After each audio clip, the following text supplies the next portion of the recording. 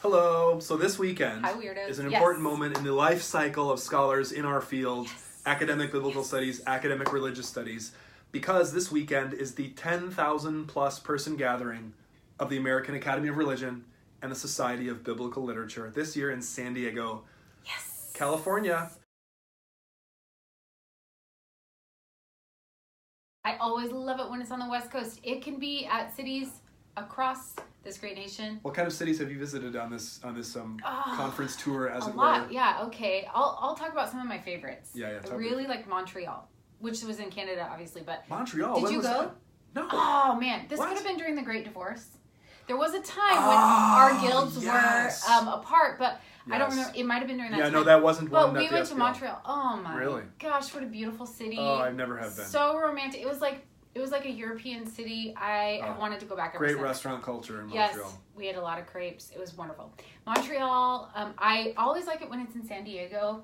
So the third time since 2007 it's been in San Diego. It should be in San Diego. My very first time I presented at the national meeting was in 2007 in San Diego. Ah, nice. Yes. Also, Boston? It was in Boston. It was also in New Orleans one year. Oh, see, that sounds great. Was that during the divorce It years? might have been, because I've been to another conference there. But. The American Academy of Religion and the SBL, the Society of Biblical Literature, had a messy divorce for 2 years where they decided they weren't going to meet at the same time and in the same place. Yeah, and as in any divorce, the children suffered probably the most because I was a graduate student during that time. Yeah. You may have been too. I was a graduate student. I loved going to AR. I loved going to the sections at the other meeting. They belong together.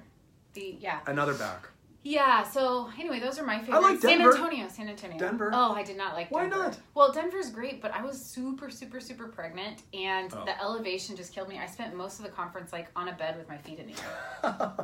But I like Denver otherwise. With you, not at you. Yeah, right. Whatever that might mean. So what are you looking forward to this year?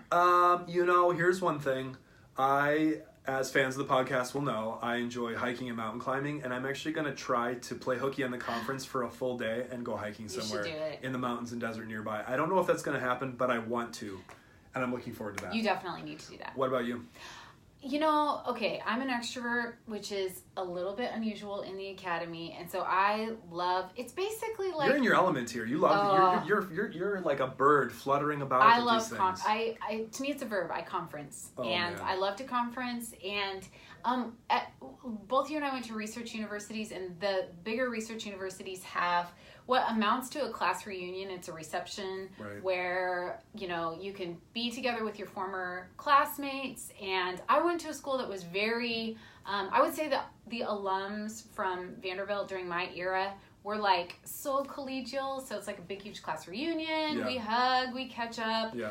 I mean, there's a ton of great networking that happens as well. But to me, I love it. I love it. What do you not like about conferences? Do you love every single aspect of the conference?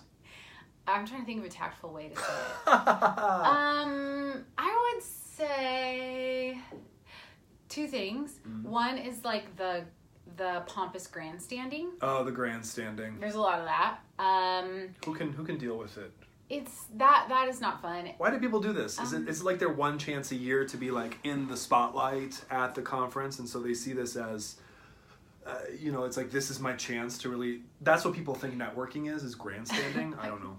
I feel like there are different kinds. There's the senior grouchy scholar who's just gonna I don't care. I'm gonna So they're mean to. Yeah. Well, I think of it as kind of punching down a little bit. They're just gonna put these young ones in their place, and then there are some of the younger ones who are I think they think that finding their place means taking somebody else down a notch. I just prefer the team-oriented collegial spirit. That is the majority, but it's just I don't know, how is it in biblical studies? No, same kind of stuff. I mean, it's actually pretty. I actually think for the most part, people are so socially awkward as scholars in biblical studies that they're not even socially aware enough to know how to grandstand.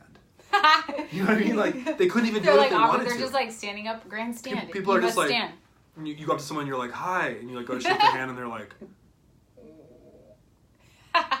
That's true. Weird stuff like that. I'll take your hand. Okay. That's true. Goodbye. And then you kind of like That's slink true. off into the distance. That's true. So that's mostly what I see. Yeah, I don't like the grandstanding. There's always this weird kind of, I guess the word for it would be smarmy, where they're like, you know, the Academy is kind of known for that. That's really like people are all cloistered in their little boring lives, but they get this one chance to go out and be somebody much grosser and creepier than their real self, or let their real gross creepy self come out at the conference, let's say. And I would say for especially younger women, like graduate students, that can be just unfun. I don't like that part. This is a serious problem though at a conference. It's a huge problem. You cannot, people cannot do that. People cannot behave that way. And I will have to say, and we were talking about this earlier, I just, because people don't do those aggressive acts to me, I don't get to see it, and so, but the stories I hear from you and others, it's not that I don't believe, I do believe it, I believe it, right. But I almost I have no place in my mind, I can't believe that stuff like that happens. I think it's But it does, people get stalked at what? Yes. What? I think it's just like tales all this time when there's a big power differential. People will often abuse that power, right. And so in this scenario, this is how it happens. Right. But there are lots of things that I really like about.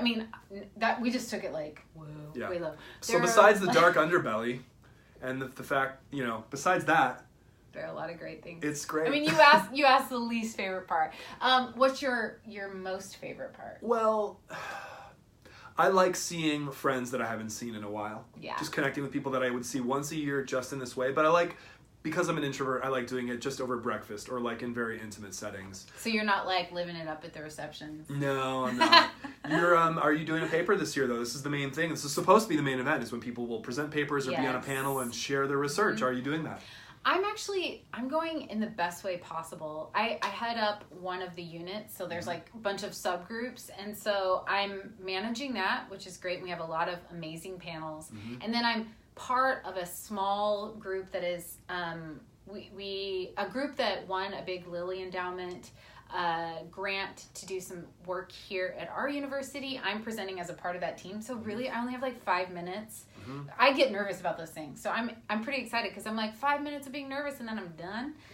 So that's this is my favorite way to present. One year I did 3 papers and I was brutal. So miserable. Even to do 2 is brutal. It's terrible. Yeah. So I'm doing 1 paper. I presented at least 1 paper, 3 on 2 occasions since 2007. So this is my 12th year in a row presenting at this thing with no gaps. I'm very proud of that streak.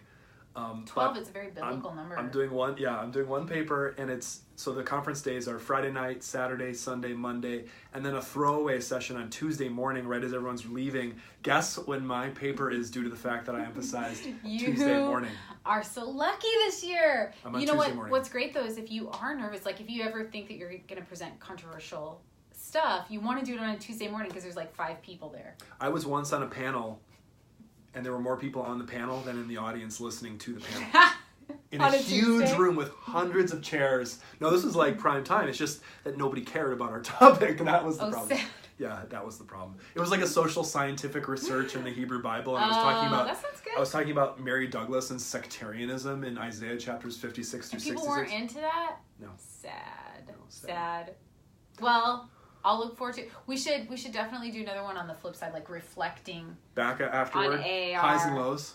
Yeah, let's do that. Okay, so high and low. So this is us before. What will we be like after? I think after, I predict, because it'll be after Thanksgiving, we will be extra amped for this semester to be over. Yes.